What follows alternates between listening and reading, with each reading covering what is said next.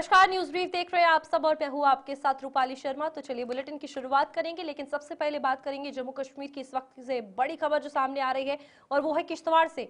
आपको बता दें कि किश्तवाड़ में बांग्लादेश हिंसा के विरोध में पूर्ण बंद जन जीवन ठप होता हुआ नजर आया है। आपको बता दें कि पूरे तरीके से किश्तवाड़ बंद है। इस बीच हिंदुओं पर कथित तौर पर हमलों के खिलाफ सड़कों पर लोग उतरे हैं। किश्तवाड़ में लगातार ये प्रदर्शन देखने को मिल रहा है। फिलहाल आपको बता दें कि जनजीवन वहां पर ठप होता हुआ नजर आया है, जहां पर कुकिला चौक पर विशाल प्रदर्शन हुआ है। Leader of opposition Sunil Sharma भी उसमें शामिल हुए हैं। राष्ट्रपति प्रधानमंत्री के नाम ज्ञापन सौंपा है और कड़ी कार्रवाई की मांग की गई है। लगातार जो बांग्लादेश में हिंदुओं के खिलाफ हिंसा हो रही है, हिंदुओं के साथ जो हिंसा हो रही है, उसके खिलाफ आज प्रदर्शन किश्तवाड़ में देखने को मिला है। और किश्तवाड़ आज बांग्लादेश में हिंदुओं पर हुए हमले के विरोध में पूर्ण बंद रखा गया है। छात्र संगठन के नेता उस्मान हादी की मौत के बाद अल्पसंख्यकों विशेषकर हिंदू समुदाय पर हो रही हिंसा के खिलाफ लोगों में गहरा आक्रोश देखने को मिला। बंद का आह्वान सनातन धर्म सभा किश्तवाड़ ने किया, जिसके चलते सभी व्यावसायिक प्रतिष्ठान बंद रहे और शहर में यातायात भी प्रभावित हुआ। कुकिला चौक पर सभा के अध्यक्ष बाबा राम सरन दास के नेतृत्व में विशाल विरोध प्रदर्शन आयोजित किया गया, जिसमें नेता प्रतिपक्ष सुनील शर्मा सहित विभिन्न सामाजिक और धार्मिक संगठनों के प्रतिनिधियों ने भाग लिया। प्रदर्शनकारियों ने बांग्लादेश में अल्पसंख्यकों पर हो रहे अत्याचारों की कड़ी निंदा की है और केंद्र सरकार से तत्काल हस्तक्षेप की मांग की है। प्रदर्शन के बाद उपायुक्त के माध्यम से राष्ट्रपति और प्रधानमंत्री को ज्ञापन सौंपकर दोषियों के खिलाफ कड़े कदम उठाने की तथा बांग्लादेश में अल्पसंख्यकों की सुरक्षा सुनिश्चित करने की मांग की गई है।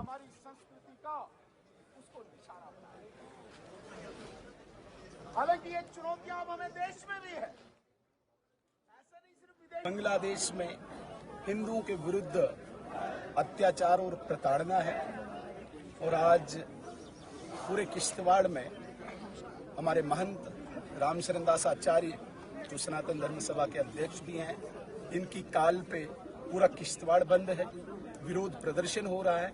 एक मैसेज और एक संकेत हम यहाँ से देना चाहते हैं कि किश्तवाड़ जो आखिरी कोना है, यहाँ पे भी यहाँ का हिंदू, यहाँ का सनातनी बांग्लादेश के उन हिंदुओं के साथ खड़ा है जो इस वक्त अत्याचार का शिकार हो रहे हैं। जहाँ पे एक छात्र नेता शरीफ उस्मान हादी की हत्या के बाद मंदिरों पे हमला हो रहा है, हिंदुओं के धार्मिक स्थानों पे हमला हो रहा है, दीपू नाम के एक फैक्ट्री के कर्मचारी को लिंच करके उसकी हत्या की गई और बिल्कुल अनर्थ हो रहा है।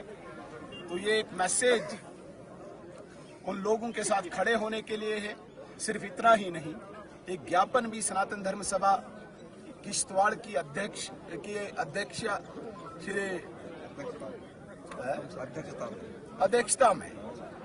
अध्यक्षता में एक ज्ञापन भी सौंपा जाएगा, जो भारत के राष्ट्रपति, भारत के प्रधानमंत्री, भारत के गृह मंत्री और विदेश मंत्री के लिए होगा, जिसमें किश्तवाड़ के हिंदुओं की एक हमदर्दी, किश्तवाड़ के हिंदुओं की सिंपैथी बांग्लादेश के उन हिंदुओं के साथ प्रदर्शित होगी और भारत सरकार के साथ एक गुहार भी लगाई जाएगी कि इन हिंदू और हिंदू स्थानों को, धार्मिक स्थानों को बचाने के लिए भारत सरकार प्रयास करे, भारत सरकार कोई कदम उठाए। वहीं कठुआ में आज 14वें पुलिस शहीद स्मारक T20 क्रिकेट टूर्नामेंट का भव्य शुभारंभ स्पोर्ट्स स्टेडियम में पहले मुकाबले के साथ हुआ। टूर्नामेंट का उद्घाटन जम्मू कश्मीर पुलिस के महानिदेशक नलिन प्रभात ने किया। इस अवसर पर डीजीपी ने पुलिस शहीदों को श्रद्धांजलि अर्पित करते हुए पुष्पांजलि दी। अपने संबोधन में उन्होंने कहा कि खेल युवाओं के शारीरिक, मानसिक और सामाजिक विकास में महत्वपूर्ण भूमिका निभाते हैं। उन्होंने जम्मू कश्मीर के युवाओं से खेलों को अपनाने और सकारात्मक दिशा में आगे बढ़ने का आह्वान किया है। डीजीपी ने कहा कि ऐसे खेल आयोजन अनुशासन, टीम भावना और आपसी भाईचारे को मजबूत करते हैं। उन्होंने कड़े शब्दों में कहा कि कि अपराधी, आतंकवादी और ड्रग्स माफिया हमेशा जम्मू कश्मीर की बंदूक की नोक पर है और उनके किसी भी नापाक मंसूबे को सफल नहीं होने दिया जाएगा। एक यादगानी हम सब की तरफ से अंतर्राष्ट्रीय खिलाड़ी उमरान मलिक साहब की खिदमत में उनकी एक नजर। जे.एंड.के पुलिस का मानना है माशरे में, समाज में, जे.एंड.के में शांति हो, अमन हो, इसके लिए बहुत जरूरी है कि जो नौजवान हैं उनको कोऑप्ट करना है और उनका जितना भी हम सपोर्ट दे सके उनको स्पोर्टिंग एक्टिविटीज में वो हमने देना है। जो पिछले एडिशंस में आते रहे हैं उनके पार्टिसिपेशन से इस टूर्नामेंट की क्रेडिबिलिटी में इजाफा होता है। मुझे यकीन है इस साल भी जितनी क्रिकेटिंग टीम्स आई हैं वो बेहतरीन प्रदर्शन करेंगी। They will put their best foot forward और जब भी वो चौका छक्का मारेंगे और स्टेडियम में जब शोर हर्षोल्लास होगा, मुझे उम्मीद है कि शकरगढ़ में बैठे हुए हमारे नापाक पड़ोसी उनके दिल कांपेंगे, उनकी रूह कांपेगी। आज संस्कृति स्कूल के बच्चों ने एक बेहतरीन कल्चरल परफॉर्मेंस की, उनको बहुत बहुत मुबारक। ऐसा ही जज्बा रखना चाहिए बच्चों। आप हमारे देश का, हमारे मुल्क का फ्यूचर हैं, आप हमारा भविष्य है। ऐसे ही करते रहें। आखिर में मैं सिर्फ इतना कहना चाहूंगा, जे.एंड.के पुलिस चाहे ड्रग्स हो, चाहे गैंगस्टर्स हो, चाहे माफिया हो, चाहे किसी तरीके का क्राइम हो, और खास तौर पे जो टेररिज्म है, ये सब हमेशा हमारी बंदूक की साइट पे रहेंगे और लगातार हमारा एम ऑब्जेक्टिव यही रहेगा कि ये सब जितनी एंटी नेशनल, एंटी सोशल चीजें हैं इनको स्टैंप आउट किया जाए। चिले कला की शुरुआत के साथ ही कश्मीर घाटी में मौसम ने करवट ली है। लंबे समय से जारी शुष्क दौर का अंत होने के साथ साथ घाटी के कई हिस्सों में बारिश और ऊंचाई वाले इलाकों में बर्फबारी दर्ज की गई है। इस बदलाव से श्रीनगर समेत मैदानी क्षेत्रों में छाए रहने वाले दिन भर के घने कोहरे से राहत मिली, जिससे विजिबिलिटी में उल्लेखनीय सुधार हुआ है। सड़कों, हवाई अड्डों और रेल सेवाओं पर कोहरे के कारण हो रही परेशानियां भी कम हुई है। मौसम विभाग के अनुसार पश्चिमी विक्षोभ के कारण ये बदलाव देखने को मिला है और आने वाले दिनों में तापमान में और गिरावट दर्ज की जा सकती है। चिले कला के दौरान कड़ाके की ठंड का दौर जारी रहेगा, लेकिन हालिया वर्ष और जो अभी वर्षा हुई है और हिमपात से जल स्रोतों को लाभ मिलने और किसानों, बागवानों को भी राहत मिलने की उम्मीद है।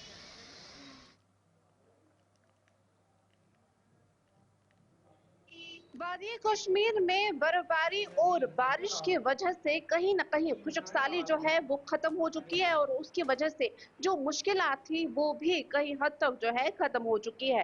सबसे बड़ा फैक्टर अगर हम फॉग की बात करते हैं, फॉग जो है वो बिल्कुल ही खत्म हो चुकी है। विजिबिलिटी भी अब बहुत ही ज्यादा अच्छी हो गई है। खासकर अगर हम श्रीनगर की बात करते हैं, श्रीनगर में पूरे दिन भर जो है वो फॉग रहती थी, लेकिन अब जो बारिशों का सिलसिला और साथ ही साथ बर्फबारी जो है पहाड़ी इलाकों में हुई है, अब फॉग जो है वो कहीं ना कहीं खत्म हो चुकी है और साथ ही साथ विजिबिलिटी में भी फर्क जो है वो पड़ी है। विजिबिलिटी भी अब ठीक हो चुकी है क्योंकि विजिबिलिटी बहुत ही कम हो गई थी, जिसकी वजह से ड्राइविंग के दौरान जो है वो कम्यूटर्स को बहुत ही ज्यादा सामना करना पड़ रहा था और बहुत ही ज्यादा खतरात भी बढ़ जाते थे। लेकिन अब अगर हम बात करते हैं, वेदर जो है वो खुशगवार हो चुका है और वहीं पर अगर हम बात करते हैं, जब वेदर जो है वो बदल चुका और उसकी वजह से ये सारी प्रॉब्लम जो कि खुशकसाली की प्रॉब्लम्स थी, एयर पोल्यूशन थी, कहीं ना कहीं वो भी खत्म हो रही है, जिसकी वजह से बहुत ही ज्यादा प्रॉब्लम, हेल्थ रिलेटेड इश्यूज जो है वो भी हो रही थी, कहीं ना कहीं वो भी खत्म हो चुकी है। और वैसे ही अगर हम आज रात श्रीनगर की टेम्परेचर की बात करें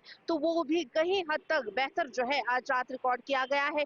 4 डिग्री सेल्सियस श्रीनगर के अंदर जो है रिकॉर्ड किया गया है। लेकिन बताया ये भी जा रहा है मेट्रोलॉजिकल डिपार्टमेंट की जानिब से कि आने वाले दिनों में जो है वो टेम्परेचर और भी डिप डाउन हो जाएंगे, क्योंकि चिले कलान जो है अब एंटर हो चुका है और साथ ही साथ उसके दौरान जो है बहुत ही ज्यादा जो है चीजें होती है, जैसे कि अगर हम नदी नालों की फ्रीज की बात करें तो नदी नाले जो है वो फ्रीज हो जाते हैं, बाकी सारी चीजें जो है वो हो जाती है। लेकिन फिलहाल के तौर पर वेदर जो है वो खुशगवार हो चुका है, यानी कि अगर हम टेम्परेचर्स की बात करें तो टेम्परेचर जो है वो बेहतर हो चुके हैं और साथ ही साथ ड्राई वेदर खुशकसाली जैसी एक बड़ा इशू जो है वो कहीं हद तक खत्म हो चुका है। श्रीनगर से गुलिस्तान टीवी के लिए मैं नातिका भट्ट, जर्नलिस्ट नईम शफी के साथ। सुरनकोट ब्लॉक में आज प्रधानमंत्री ग्राम सड़क योजना के तहत एक महत्वपूर्ण लिंक रोड परियोजना की आधारशिला रखी गई है।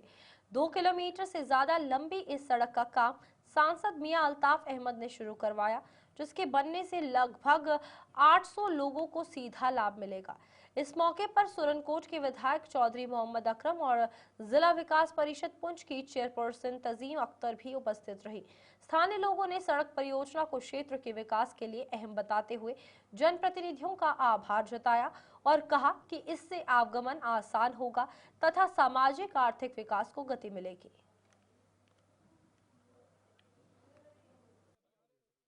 मगर सबसे ज़्यादा ज़रूरी है कि अब ये बननी चाहिए और अच्छे रोड बननी चाहिए। इस वक्त जो मौजूदा रोड है उसकी पोजीशन बहुत ही ख़राब है और ये इन लोगों की हिम्मत है कि ये इस रोड पे चलते हैं, तो हमारा सबका ये अवलीन फ़र्ज़ बनता है कि इस मामले में हम हुकूमत को जगाएं और उनको कहें कि आज भी हालत ये है, लोगों को कितनी मुश्किलात और मुसीबत हैं। तो हमारे पत्थर रखने से उतने मसले हल नहीं होंगे जितने मामलात ठीक होने से होंगे। सड़कों पे काम शुरू होना चाहिए, इनकी बेहतरी होनी चाहिए। जो रोज़ यहाँ इन सड़कों पर चलते हैं उनको आराम मिलना चाहिए।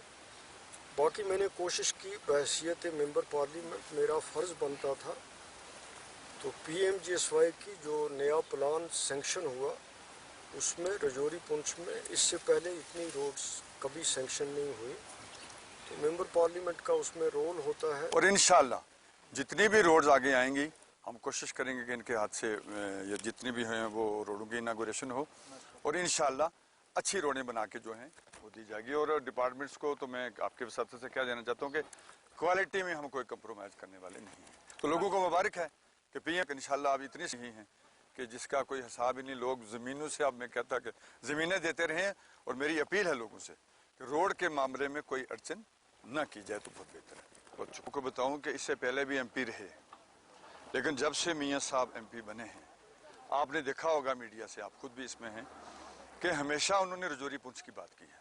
और ये जो टनल है ये भी उनकी देन है कि जल्दी इसको सैंक्शन जैसे कहा इंशाल्लाह हो जाएगा 6-7 महीने में। दूसरे आप अंदाज़ा लगाएं, वो रोड के लिए रजौरी पुंछ के लोगों के लिए इतने पर्टिकुलर थे कि एक दिन वो जम्मू से आए इसी नेशनल हाईवे को देखने के लिए, साथ में बीकन वाला स्टाफ लाया उन्होंने सारा, चीफ इंजीनियर से लेकर, और आए रजौरी आए, यहाँ पलांगढ़ तक, यहाँ से वापस गए इस रोड को ठीक करने के लिए।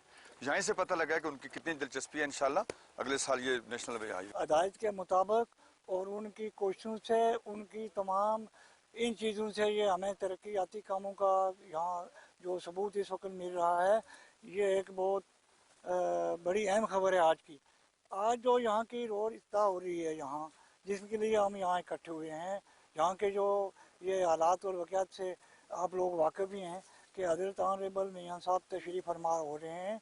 ये हमारे इलाके की एक बहुत बड़ी शख्सियात हैं, रियासत जम्मू कश्मीर की। ये बरे सगीर के माने हुए एक उस गद्दी से तल्लक रखते हैं जिनका हर फर्द, हर इंसान फैज़याब है। और आज इनका यहाँ आना है, ये हमारे लिए बाइस फ़ख्र है और हमें ये खुशी है कि वो इस रोड की इफ्ताह करें। ये सब इलाके करीब 70 वर्षों बाद डोडा के दूरदराज क्षेत्र भरत बगला के लिए एक ऐतिहासिक पल सामने आया है। जिले के DC हरविंदर सिंह ने आज डाली इलाके में स्थायी तहसील कार्यालय भवन का शिलान्यास किया। अब तक ये तहसील किराए के भवनों में संचालित हो रही थी, जिससे आम जनता और प्रशासन दोनों को काफी असुविधाओं का सामना करना पड़ता था। इस अवसर पर DC ने बताया कि डोडा जिले में कुल 9 तहसील कार्यालय भवनों का निर्माण कार्य प्रगति पर है, जिनमें से 4 तहसीलों का कार्य पूर्ण हो चुका है। स्थायी भवन के निर्माण से भरत बगला और आसपास के गांव के लोगों को सरकारी सेवाएं अब अपने क्षेत्र में ही आसानी से उपलब्ध होंगी। भवन का निर्माण कार्य पीडब्ल्यूडी द्वारा किया जा रहा है। ये नया कार्यालय आधुनिक सुविधाओं से युक्त होगा, जिससे तहसील स्तर के प्रशासनिक कार्यों में पारदर्शिता और सुगमता आएगी। 17 में से 9 तहसीलों का काम चल रहा है, जिनमें से 4 तहसीलों का काम ऑलमोस्ट कंप्लीशन पर है। तो जो एक गवर्नमेंट ऑफिसेस अपने होना और एक उनमें फैसिलिटी होना सिविलियंस के लिए, पब्लिक के लिए, कि वो आके बैठ सके और इज्जत से अपना काम करवा सके, वो सारी चीजें हो रही है। उसी के अंतर्गत आपने भी रिसेंटली देखा होगा, हम भरत बगला तहसील का काम भी शुरू करवाने गए थे, जिसकी फंडिंग इस साल आई है। और इसके अलावा हमारी बहुत सारी ऐसी तहसीलें, आपने देखा होगा हमारा एक ब्लॉक दिवस हुआ था फिक्सू में, वहां पे भी तहसील का एक इशू था। पूरी जनता से मशवरा करके फिक्सू की तहसील का काम शुरू कराया गया। ना सिर्फ ये हमारी गंदों की चिली पिंगल तहसील का काम चल रहा है, हमारी भाला की तहसील का काम ऑलमोस्ट कंप्लीटेड है, मरमत की तहसील का काम कंप्लीटेड है। ये सारी तहसील, काश्तीगढ़ एटसेट्रा एटसेट्रा, और ना सिर्फ तहसीलें, हमारे डीसी ऑफिस का भी आपने देखा पूरा काम कंप्लीट हो चुका है। और इसके अलावा जो हमारी तकरीबन 7 नियाबतें हैं, उनका भी काम चल रहा है। तो डिस्ट्रिक्ट एडमिनिस्ट्रेशन, जो रेवेन्यू एडमिनिस्ट्रेशन है, उसको पूरा प्रॉपर्ली मॉनिटर कर रहा है और सरकार की दी हुई तमाम फंडिंग को यूटिलाइज कर रहा है, ताकि हमारा जो इंफ्रास्ट्रक्चर है, रेवेन्यू का इंफ्रास्ट्रक्चर, उसको बेटर किया जा सके। के अलग अलग इलाके हैं भरत बगला तहसील के, जिसमें एक साइड पे भरत और बगला पड़ जाता है और दूसरी साइड नीचे डाली उद्यानपुर पड़ जाता है। तो इस तहसील का जो गवर्नमेंट के अप्रूवल था वो डाली में होना था। उसी के मद्देनजर रहते हुए वहां पे हमारे एक चचा थे, उन्होंने जगह अपनी डोनेट की और ये एक सेंट्रली लोकेशन पे उनकी प्रेजेंस में उनके हाथों के द्वारा हमने काम शुरू करवाया। डोडा के एसएसपी संदीप मेहता ने आज एक प्रेस कॉन्फ्रेंस कर बीते 3 महीनों में डोडा पुलिस की महत्वपूर्ण उपलब्धियों की जानकारी दी। उन्होंने बताया कि इस अवधि के दौरान गुमशुदा संपत्ति से जुड़े 58 मामलों को सफलतापूर्वक ट्रेस कर बरामद किया गया है, जिनकी कुल अनुमानित कीमत करीब 12 लाख रुपए है। एसएसपी ने कहा कि डोडा पुलिस ने साइबर अपराध के खिलाफ भी प्रभावी कार्रवाई करते हुए साइबर फ्रॉड से जुड़े मामलों में लगभग 6.5 लाख रुपए की राशि पीड़ितों को वापस दिलाई है। उन्होंने पुलिस विभाग की जन सुरक्षा के प्रति प्रतिबद्धता दोहराते हुए कहा कि अपराध नियंत्रण, त्वरित कार्रवाई और जनता के विश्वास को मजबूत करने के लिए प्रयास लगातार जारी रहेंगे। साथ ही साइबर अपराधों के प्रति लोगों को जागरूक करने पर विशेष जोर दिया गया।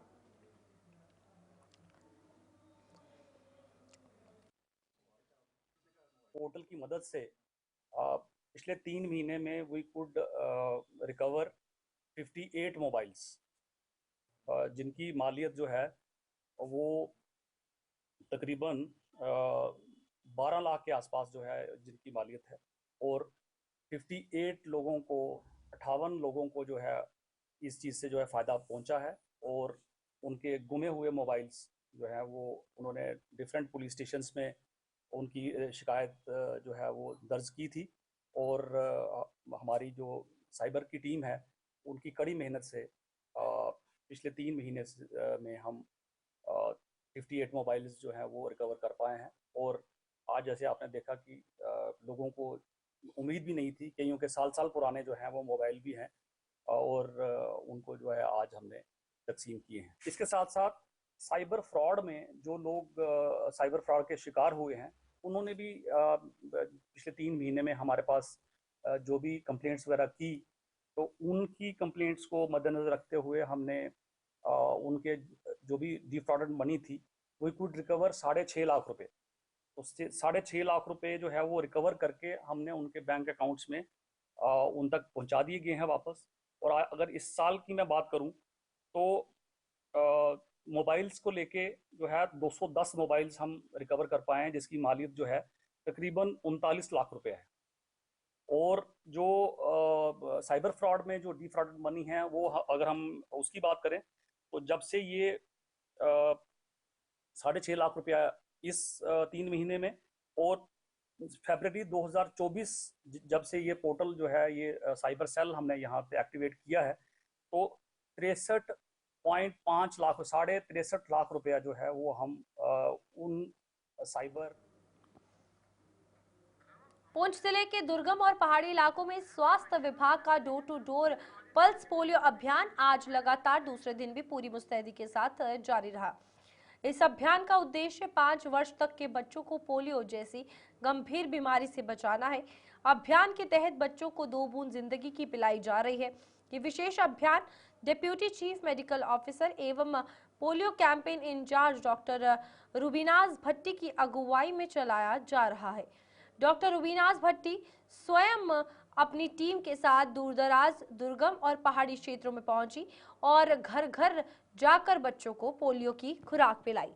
स्वास्थ्य कर्मियों और आशा वर्करों ने कठिन भौगोलिक परिस्थितियों के बावजूद अभियान को सफल बनाने में अहम भूमिका निभाई।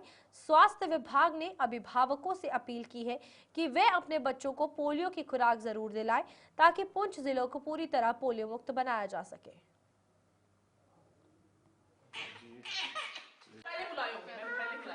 जी, आज जैसे कि सेकंड डे है हमारा नेशनल इम्यूनाइजेशन प्रोग्राम का, तो आज सेकंड डे जो होता है ये house to house activity day है।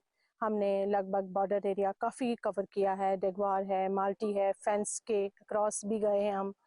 तो हमारी टीम्स जो है निकली हुई हैं।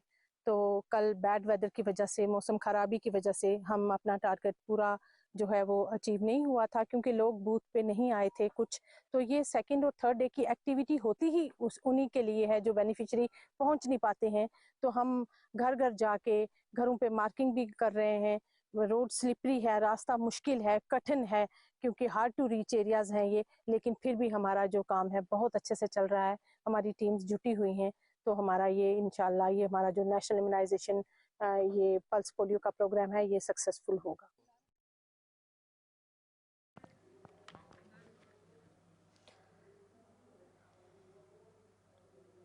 सुरनकोट में बिजली विभाग के assistant executive engineer Sarfaraz Chaudhary ने स्थानीय लोगों से सर्दियों के मौसम में बिजली की फिजूल खर्ची ना करने की अपील की है। उन्होंने कहा कि ठंड के महीने में हीटर, ब्लोअर और अन्य बिजली उपकरणों के अत्यधिक उपयोग से बिजली की मांग में अचानक बढ़ोतरी हो जाती है, जिससे पूरे सिस्टम पर अतिरिक्त दबाव पड़ता है। इस कारण कई बार लोड शेडिंग की समस्या उत्पन्न होती है और उपभोक्ताओं को असुविधा का सामना करना पड़ता है। सरफराज चौधरी ने लोगों से आग्रह किया कि वे बिजली का उपयोग सोच समझकर करें और केवल आवश्यकता के अनुसार ही बिजली उपकरणों का इस्तेमाल करें। बहुत ज़रूरी है। मेरी लोगों से ये गुजारिश रहेगी कि आपने जो एक तो इलीगल जो कनेक्शंस हैं वो रेगुलराइज करवाएं। दूसरा ये है जहां मीटर हमारे लग रहे हैं या पहले लगे हुए हैं उनको आपने मत टेम्परिंग करें, बाईपास मत करें, क्योंकि इससे बिजली की एक चोरी की एक प्रैक्टिस हो रही है और उसमें हम फाइन भी कर रहे हैं। अभी हमने कुछ लोगों को फाइन वहां से फाइन खुद हो जाते हैं और फाइन जो है लोगों को पड़ेंगे। तो इसमें आप ये जो मीटर के हिसाब से बिल आएगा, अगर आप सही एहतियात करेंगे, बिजली का सही आप अगर ऑन ऑफ सिस्टम जब जरूरत होगी तब ऑन रखेंगे, बाकी ऑफ रखेंगे, तो आपका बिल जो है मिनिमम से मिनिमम आएगा। और उसके बाद एक चीज और है जो आपका जो हमारा इस वक्त सोलर स्कीम है पीएम सूर्या घर, उसका सबसे बड़ा बेनिफिट ये हो रहा है कि वो सोलर दिन को पूरा जनरेट करेगा। जितनी यूनिट वो अगर 3 किलोवाट आप लगवाते हो तो 3 किलोवाट तकरीबन 1,60,000 का आएगा और उसमें गवर्नमेंट ने सब्सिडी दी हुआ है 94,000 आपको वापस आ जाता है 1 महीने के अंदर अंदर। और गीजर जो है जो आप ये यूज कर रहे हो, इससे तो हमारा जो है 2000 वाट का होता है एक गीजर और एक बॉयलर, वो सीधा हमारा अफेक्ट पड़ता है हमारे सिस्टम पे, वो मत यूज करें आप। जिला रियासी स्थित गुरु रविदास जी मंदिर परिसर में BR अम्बेडकर मेमोरियल ट्रस्ट की एक अहम बैठक आयोजित की गई है। इस बैठक में सर्वसम्मति से संविधान निर्माता भारत रत्न डॉक्टर भीमराव अम्बेडकर की भव्य प्रतिमा स्थापित करने का प्रस्ताव पारित किया गया। बैठक की अध्यक्षता ट्रस्ट अध्यक्ष बाबू जगजीवन लाल ने की। निर्णय लिया गया कि आगामी 14 अप्रैल को अम्बेडकर जयंती के अवसर पर अम्बेडकर भवन रियासी में प्रतिमा स्थापित की जाएगी और कार्य समय से पहले पूरा किया जाएगा।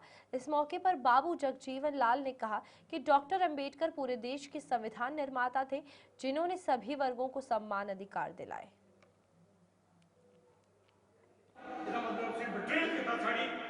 हमने एक फैसला लिया है सामाजिक तौर पर कि डॉक्टर BR अम्बेडकर का स्टैचू डॉक्टर अम्बेडकर भवन में बहुत जल्दी लगाएंगे और उसके लिए आज एक रेजोल्यूशन पास करके सारे लोगों ने उसका हामी भरी है और हम उसके लिए सब काम करेंगे।